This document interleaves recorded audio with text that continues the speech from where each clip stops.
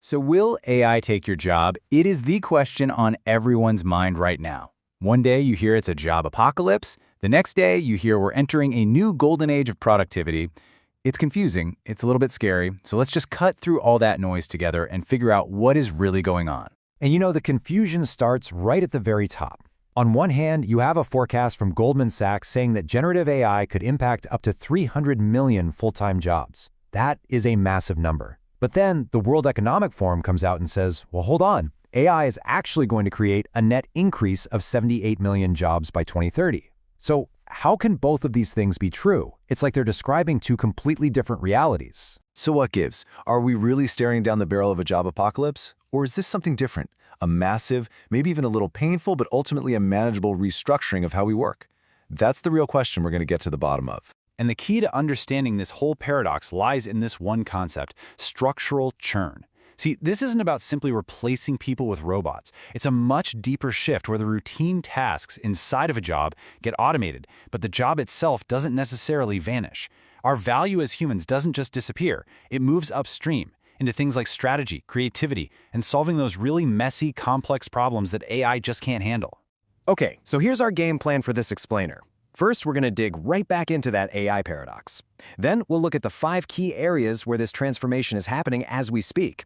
After that, we'll explore how human value is shifting when you add AI to the mix, what new skills and roles are popping up, and finally, and most importantly, we'll lay out a clear strategy for you to adapt. So, let's start with that paradox. You see, the reality is that AI adoption, it's not like flipping a switch. It's more of a slow burn. And that slow burn is actually our window of opportunity. It gives us time to adapt. And what's really fascinating here is the massive gap between the hype and what's actually happening on the ground. An MIT study found that only a tiny fraction of our work is truly automated today. And get this, 95% of business experiments with AI, they're not producing any measurable results yet. But here's the kicker. The biggest roadblock, according to McKinsey, isn't employees who are scared of change. It's management. Management inertia is the real bottleneck. So this slow burn is giving us all a chance to get ahead. Okay, so if this whole thing is a slow burn, where are the first sparks really catching fire? Let's take a look at the 5 main fronts where this structural churn is most visible right now. This matrix lays out those 5 key battlegrounds for us: content and communications, code assistance, customer service, visual design, and of course, those integrated office suites we're all using. But look, instead of just reading off a list, let's dive into a couple of these to really understand the pattern of change, because once you see the pattern, it all starts to make sense. And this right here brings us to the most important idea in this entire explainer. It's the value shift. This is not a story about humans versus machines. It is a story about humans with machines. It's all about augmentation, not replacement. Let's just take marketing. It's a perfect example. Before AI, a junior copywriter might spend all day carefully crafting, 5 different versions of an ad. Today, that same person can prompt an AI and get 500 variations in seconds. The work didn't go away. The value shifted. The new, more valuable role is the person who can design a massive test for all 500 of those options and then interpret the data to find the winner. The job evolved from creation to strategic analysis. And guess what? We see the exact same pattern happening in software development. In that world, AI is becoming the ultimate pair programmer. It's like a collaborator sitting right next to you, helping you code faster and better. And the impact is just staggering. A huge study found that developers who use GitHub Copilot, they finish their tasks up to 55% faster.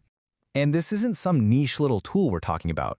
There are already 1.3 million paid subscribers on board. That just shows you how quickly this is catching on.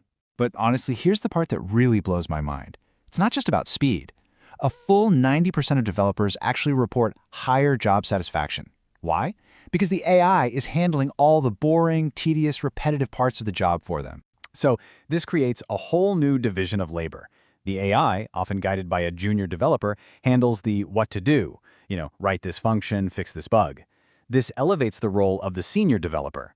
Their value now comes from handling the how to do it, making sure everything fits into the larger system, that it's secure, that the architecture is sound.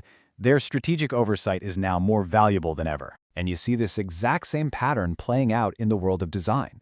The value of the production designer, the person who's just focused on execution, what they call pixel pushing, that's going down. The value is shifting to the creative director who partners with an AI, Their job is to translate brand strategy into the perfect prompts and then curate the AI's output to get the right look and feel. Once again, it's strategy over pure execution. Okay, so if the very nature of our work is changing this dramatically, what are the new skills we need to learn? And what do these new roles even look like? Let's talk about how to thrive in this new age. The World Economic Forum calls this the dual imperative. On one side, yes, you absolutely need tech literacy. Knowing your way around AI and big data is the single fastest growing skill requirement out there. But, and this is just as important, on the other side, those uniquely human skills are becoming even more critical.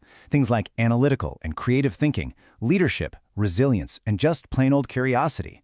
You have to have both. And this shift is creating completely new jobs, roles that just didn't exist a few years ago.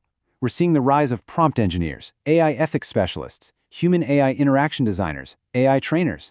These are jobs that are born directly from our need to work with these incredibly powerful new AI systems. So, all of this leads to the most important question of all. How can you prepare for what's coming next? Let's lay out a clear, concrete adaptation strategy. It really comes down to these 3 steps. First, you have to adopt an augmentation mindset. Stop seeing AI as your competitor and start seeing it as your collaborator. The goal isn't to be better than the AI, the goal is to be better with the AI. Second, you have to invest in continuous reskilling. You have to actively learn this stuff, AI literacy, data analysis, prompt engineering.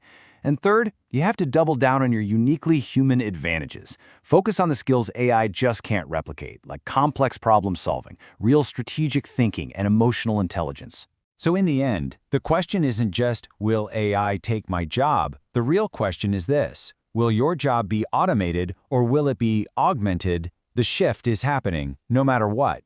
The only question left is which side of that equation you want to be on. And you know what? That decision is yours.